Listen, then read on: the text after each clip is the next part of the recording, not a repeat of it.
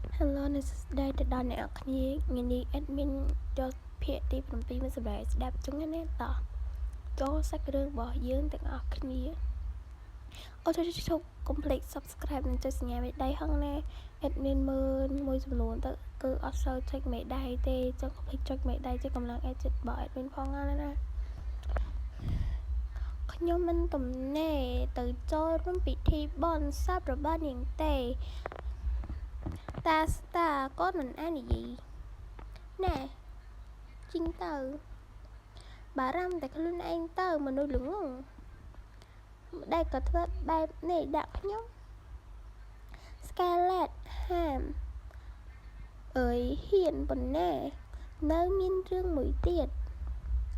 កុំភ្លេចថាខ្ញុំបានភ្ជាប់ពាក្យជាមួយព្រះចៅអធិរាជពេលនេះខ្ញុំគិតថាយើងគួរតែរក្សាចម្ងាយរបស់យើងយល់ពីអ្វីដែលខ្ញុំកំពុងនិយាយហើយមែនទេលោកមិនមែនចង់ធ្វើបែបគូដណ្ដឹងរបស់ខ្ញុំព្រះចៅអធិរាជទេមែននាងមិនដែលសោះមិនដែលសោះក៏ក្របែបនេះទេពីមុនមកប៉ុន្តែពេលនេះនាងដូចជាសត្វព្រៃអូវាត្រឹមត្រូវមែនទេព្រះចៅអធិរាជទ្រង់ចូលជាទ្រង់ដូចជាព្រះអាទិត្យនិងព្រះច័ន្ទក៏ដូចជាទឹកការដើមឈើនិងសត្វស្លាបនៃចក្រភពនេះវាធ្វើឲ្យខ្ញុំសោកស្ដាយដែរយើងមិនបានចំណាយពេលច្រើនជាមួយគ្នានៅឯពិធីខ្ញុំចង់ជួបទ្រង់ម្ដងទៀត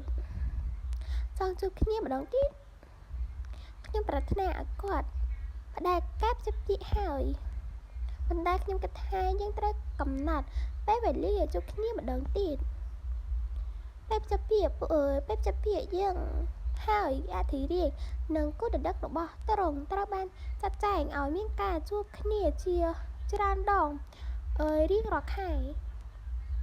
ហើយការជួបគ្នាទាំងនេះត្រូវបានដាក់ក្នុងកំណត់ត្រាជាលាយលក្ខខណ្ឌអក្សរមិនមានអ្វីជាឯកជនអំពីទំនាក់ទំនងនេះទេវាគួរឲ្យអាម៉ាស់ណាខ្ញុំមិនចង់រំខានគាត់ខ្លាំងពេកទេដូច្នេះខ្ញុំឲ្យគាត់កំណត់ពេលវេលានិងទីកន្លែងសម្រាប់ការណាត់ជួបលើកដំបូងរបស់ពួកយើងគាត់គឺជាប្រភេទមនុស្សដែល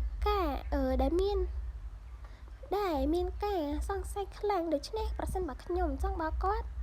ខ្ញុំត្រូវចំណាយពេលខ្លះដើម្បីបញ្ចុះបញ្ចូលគាត់ថាខ្ញុំល្ងងថាខ្ញុំពិតជាល្ងងមែនខ្ញុំឆ្ងល់ថាតើគាត់នឹងឆ្លើយតបយ៉ាងណាប្រសិនបើគាត់មិនពិតជាភ្ងាដែលខ្ញុំនៅកាលវិភាគរបស់គាត់ក្នុងការឆ្លើយតបខ្ញុំគិតថាពីម្សិលមិញខ្ញុំមិនបានធ្វើអ្វីគ្រប់គ្រាន់ឲ្យគាត់គិតថាខ្ញុំឈួតប៉ុណ្ណាទេតើនាងនៅទីនោះទេលូស៊ីចេះអ្នកនាង Scarlett ចឹងវីដេអូបែប admin ខ្លីតិចឯងព្រោះ admin អស់កម្លាំងសំបីដល់ថ្ងៃដែល admin ធ្វើសម្រាប់ឲ្យfan ហ្នឹងគឺថា admin ជឿកចឹងមិន admin និយាយចង់ឡើងជឿកហៅផឹកទឹកទៀតដល់អូនចឹងហើយបើសិនជា admin និយាយខុសឆ្គងកន្លែងចឹងសូមអធិស្ឋានផងណាចឹងវីដេអូរបស់ admin ភាគទី7មានតែប៉ុណ្្នឹងទេកុំភ្លេចចុច subscribe និងសញ្ញារូបកណ្ដឹងដើម្បីបានវីដេអូថ្មីបាយបាយ